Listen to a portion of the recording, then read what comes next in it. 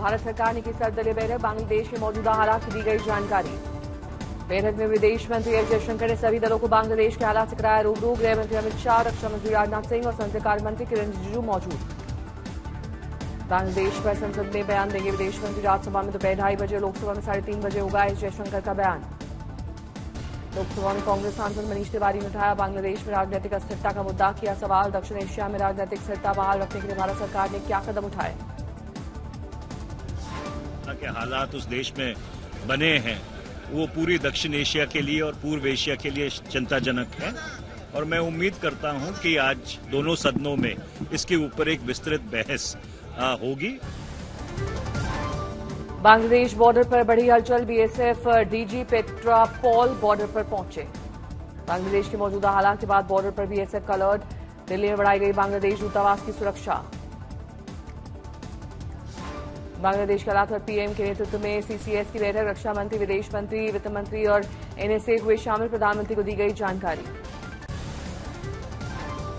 शेख हसीना की बांग्लादेश छोड़ती, राष्ट्रपति ने किया संसद भंग करने का ऐलान। मोहम्मद शहाबुद्दीन ने कहा जल्द बनेगी अंतरिम सरकार। राहुल गांधी ने लोकसभा में विदेश मंत्री से की मुलाकात, बांग्लादेश के हालात पर हुई चर्चा। बांग्लादेश की सीएम ममता बनर्जी ने की बांग्लादेश के लोगों से शांति बनाए रखने की अपील, कहा किसी भी तरह की अफवाहों पर न दे ध्यान। बीजेपी नेता लौकिक चाटर्जी ने बांग्लादेश के हालात पर जताया दुख, कहा पीएम मोदी के नेतृत्व में भारत सुरक्षित, इसलिए शेख हसीना ने भारत का किया रुख। बांग्लादेश के हालात पर शिवसेना यूबीटी सांसद प्रियंका चतुर्वेदी ने जताया दुख, कहा वहां एक मजबूत लोकतंत्र था, सरकार विकास की ओर बढ़ रही थी।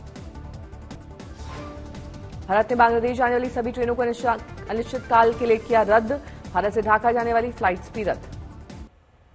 हिंडन एयरबेस पर बड़ी हलचल, 2 वीवीआईपी गाड़ियां हिंडन एयरबेस पहुंची। जिस विमान से ढाका से भारत आई थी वो विमान वापस ढाका लौटा। आम आदमी पार्टी ने सर्वदलीय बैठक में नहीं बुलाए जाने का लगाया आरोप। आप सांसद संजय सिंह ने कहा 13 सांसदों वाली आम आदमी पार्टी को ना बुलाना सरकार की ओछी मानसिकता है।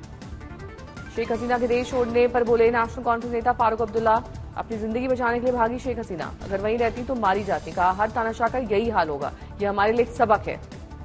देखिए ये हर डिक्टेटर का यही हाल होगा। उस मुल्क में बच्चों के साथ नाइंसाफी हो रही थी।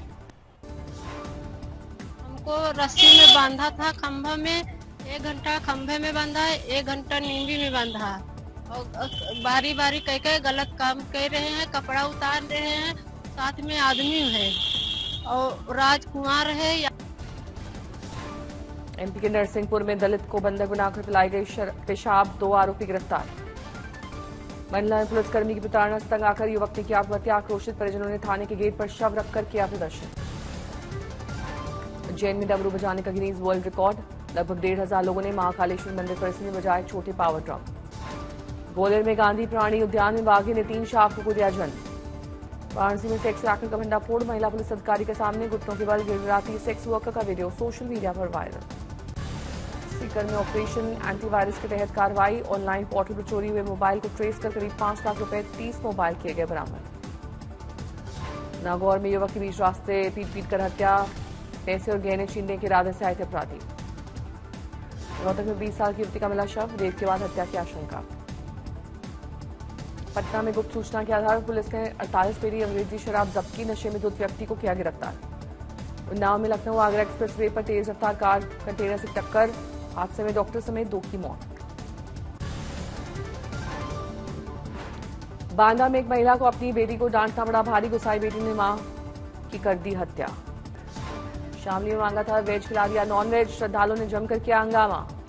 हिस्ट्री शीटर पिता पुत्र की मुठभेड़, पुलिस की जवाबी कार्रवाई में दोनों के पैर में लगी गोली। निकावड़ियों को मारी टक्कर, 1 की मौत 3 घायल। पटना के बैंक में हथियार के बल पर की गई लूट, 22 लाख रुपए लूटकर भागे चोर।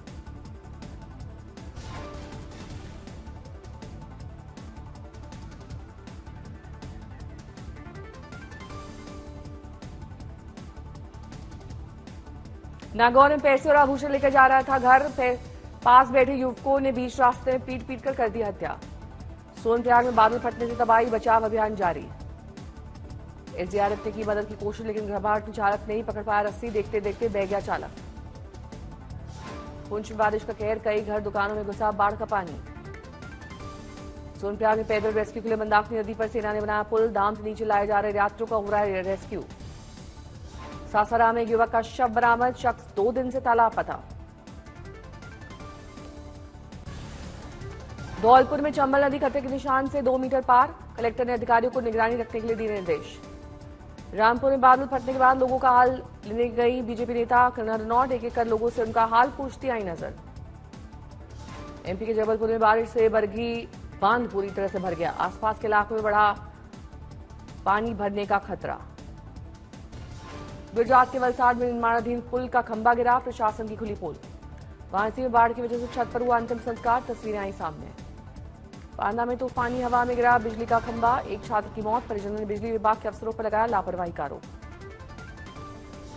लाहौल के करपट नाले में बाढ़ से गई गांव का शहर से टूटा संपर्क, नाले पर बना पुल बहा। मध्य प्रदेश के मैहर में बना राजा पुल पानी के तेज बहाव में बहा, गांव के लोगों का जिला मुख्यालय से कटा संपर्क। भरतपुर के बांध से पानी छोड़ने पर नदी में नहाने गए 4 बच्चे डूबे, 2 का रेस्क्यू, 2 की तलाश जारी। धौलपुर में चंबल नदी का जलस्तर पहुंचा खतरे के निशान के पास, जिला कलेक्टर ने अधिकारियों को निगरानी रखने के दिए निर्देश। राजस्थान के अजमेर में बारिश से बदले शहर के हालात, कई इलाकों में जल भराव। राजस्थान की बूंदी में बारिश से जनजीवन अस्त व्यस्त, नदी नालों में उफान। बर्दवान में लगातार हो रही बारिश से आई बाढ़, कई सड़कें और घर, धान के खेत, मंदिर पानी में डूबे। बर्दवान में बाढ़ से जगह जगह टूटे पुल, कनेक्टिंग ब्रिज रोड पानी में डूब जाने से टूटा, एक छात्र की मौत। एमपी के जबलपुर में लगातार बढ़ रहा है बरगी बांध का जलस्तर, नर्मदा नदी में छोड़ा गया पानी।